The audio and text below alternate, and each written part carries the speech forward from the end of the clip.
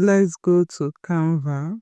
This interface came up because I'm using my free account, so I'll close that out and click on upload here.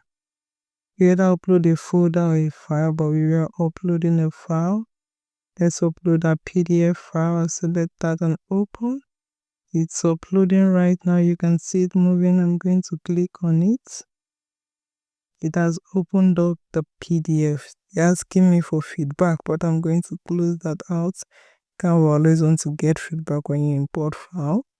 What you want to do is to go through the PDF and see if everything looks okay, like this looks out of place. You can actually touch on it and see if it's movable or deletable. And you can click on share and download.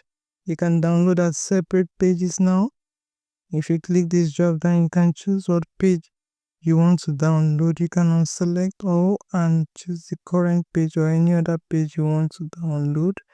I'm going to click on done, and if you go to where it says the file type, it suggested PNG, but you can download any file type of your choice. If you click on JPEG, you see you can download that, but let's go back to PNG and you can click on download. But there's another part I like using. Let's go back to share. I will not use the download. I will go to these three dots and click on copy to clipboard. I love this one a lot. If you click this drop down, you choose what page you want to copy as PNG to your clipboard. Once you select a page you want to copy, click on copy to clipboard. I will say allow on this pop-up window. And let's go over to our Excel sheet. We are going to paste this. And I'm going to click on here. I'm going to paste this here. Here is our image.